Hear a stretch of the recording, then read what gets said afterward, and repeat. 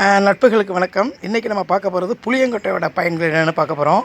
பொதுவாகவே நம்ம புளி குழம்புக்கு ரொம்ப அத்தியாவசியமானது. நம்ம கடையில் வாங்கி எதாவது கரைப்போம் சில பேர். அது சில பேருக்கு நல்லா இருக்காது, பிடிக்காது. அதனால் மொத்தமாக நம்ம கிராமங்களில் அந்த மாதிரி பழம் வாங்கி அதில் கொட்டை எடுத்து நம்ம பயன்படுத்துவோம். இப்போ நான் அந்த வகையில் நான் ஒரு 10 கிலோ வாங்கி இந்த மாதிரி குத்தி புளியை தனியாக எடுத்துட்டேன்.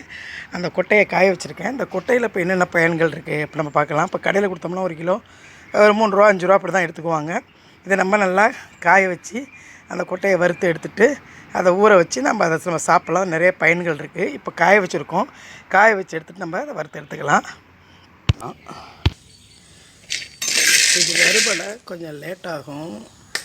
பொரியல் சின்னது இல்லாத பொரியாது. நான் புளியங்கொட்டை இல்லையா, கொஞ்சம் வறுபடை லேட்டாகும். நீங்கள் அடுப்பை கொஞ்சம் தீயை கொஞ்சம் குறைச்சி வச்சுக்கிட்டு தான் நீங்கள் பொறுமையாக தான் அதை வறுக்கணும்.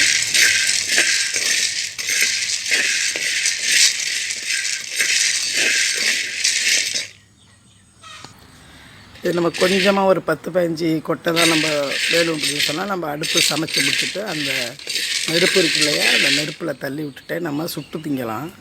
நம்ம இப்போ ஒரு அரைப்படி ஒரு வடி வறுக்கிறதுனால இந்த மாதிரி சட்டியில் போட்டு வறுத்து எடுத்துக்கணும். கொஞ்சம் லேட்டு தான் ஆகும். இந்த மாதிரி நீங்கள் வறுத்து எடுத்துக்கோங்க. இப்போ பார்த்தீங்கன்னா இதில் வெடிக்கிற சத்தம் கேட்கும். உங்களுக்கு அள்ளி பார்த்தாலே உங்களுக்கு தெரியும். 1-2 வெடிக்கிற சத்தம் கேட்கும்போது நல்லா வறுத்துருச்சுன்னு அர்த்தம். அதோட நீங்கள் நிப்பாட்டி இறக்கிக்கலாம். எல்லா காயும் நீங்கள் எல்லா கொட்டையும் வெடிக்கும்னு நினைக்க வேண்டாம். ஓரளவு 1-2 வெடிக்கும் பார்த்தீங்களா, அந்த தெரியும் உங்களுக்கு வறுக்கும்போது. அது மாதிரி இந்த கொட்டையில் வெடிப்பு சத்தம் வந்தோடனே நீங்கள் இறக்கிக்கலாம். இப்போ நல்லா வறுத்தாச்சு. நம்ம போட்டத்துக்கும் இப்போ வறுத்தத்துக்கும் எவ்வளோ வித்தியாசம் இருக்குதுன்னு உங்களுக்கு தெரியும். நம்ம அதை உரித்து நம்ம வறுத்து முடிச்சுட்டு நம்ம கையில் எடுத்து கொஞ்சம் கொட்டையை ஆற வச்சுட்டு நம்ம பார்த்தோம்னா இந்த மாதிரி உரிக்க முடியும். அந்த கட்டத்தில் நல்லா வறுப்பட்டுடுச்சுன்னு அர்த்தம். நிப்பாட்டிக்கலாம் நீங்கள். இப்போ நம்ம வறுத்து எடுத்துட்டோம். நான் கொஞ்சம் வெறுமையில் சாப்பிட்றதுக்காண்டி கொஞ்சம் எடுத்து வச்சுக்கிட்டேன். இப்போ என்ன செய்யலாம், இதில் நம்ம கொஞ்சம் தேவையான அளவு கொஞ்சம் ருசிக்காக கொஞ்சம் நம்ம உப்பு சேர்த்துக்கலாம். அது போதும். இந்த உப்பு சேர்த்துட்டு நம்ம தண்ணியை ஊற்றி ஊற வச்சிடணுங்க. ஒரு 8 மணி நேரம் அது ஊறணும். 8 மணி நேரம் ஊறினா தான் அதில் உள்ள தோலை நம்ம உரித்து தனியாக எடுக்க முடியும். அதனால் நீங்கள் நைட்டில் ஊற போட்டால் கூட காலையில் பயன்படுத்திக்கலாம். காலையில் போட்டிங்கன்னா ஒரு 8 மணி நேரம் இதை ஊற வச்சுருவோம். அப்புறம் நம்ம அதை உரித்து எடுக்கலாம். இப்போ பார்த்தீங்கன்னா இப்போ காலையில் இந்த வறுத்துட்டு ஊற வச்சேன். ஒரு 8 மணி நேரம் ஆயிடுச்சு. இப்போ நல்லா ஊறிருக்கு. இப்போ நம்ம தோலை நல்லா உரித்து கழுவிட்டு கொட்டை மட்டும் நம்ம தனியாக எடுத்துக்கலாம். இப்போ பாருங்கள், நல்லா கழுவி அதை உரித்து கொட்டை எடுத்து இப்போ தண்ணியை வடிகட்டி வச்சுருக்கேன். இது தண்ணி நல்லா நீர் வடியை விட்டு நம்ம வெறுமையில் சாப்பிட்டாலும் சாப்பிட்லாம். அல்லது இந்த குழந்தைங்க வயசானவங்க மெல்ல முடியலாம் என்ன செய்யலாம், நம்ம உங்கள் மிக்சியில் போட்டு ஒரு ஜாரில் போட்டு நல்லா குறன்னு அடித்து அதில் நாட்டு சக்கரை, தேங்காய் பூ, ஏலக்காய் போட்டு கலந்து புட்டு மாதிரி செஞ்சு கூட நம்ம சாப்பிட்லாம். இப்போ இந்த புளியங்கொட்டையில் என்ன இருக்குன்னு பாருங்கள்.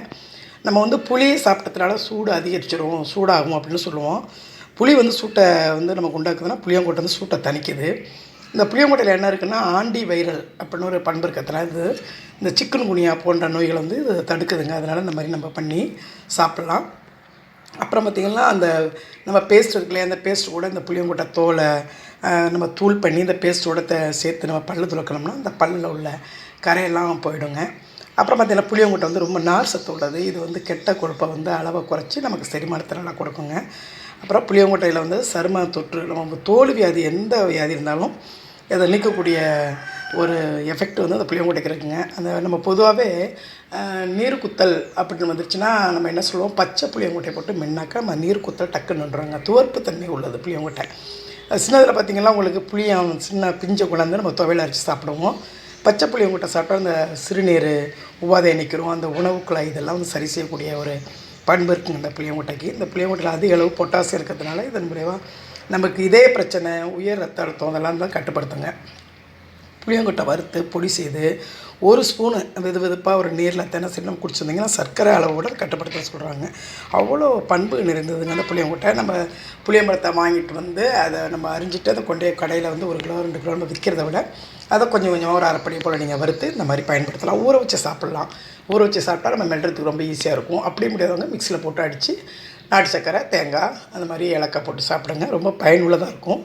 நம்ம கடையில் போய் மருந்து மாத்திரை வாங்கி சாப்பிட்றத விட எந்த சீசனுக்கு நம்ம என்ன கிடைக்குதோ அதை வாங்கி சாப்பிடுங்க. அதான் நம்மளோட பண்பு. நம்மளை சுற்றி இருக்கிறத நம்ம சாப்பிட பழகிக்கணும். இனிமேல் இந்த மாதிரி முயற்சி பண்ணி சாப்பிடுங்க, ரொம்ப நல்லாயிருக்கும்.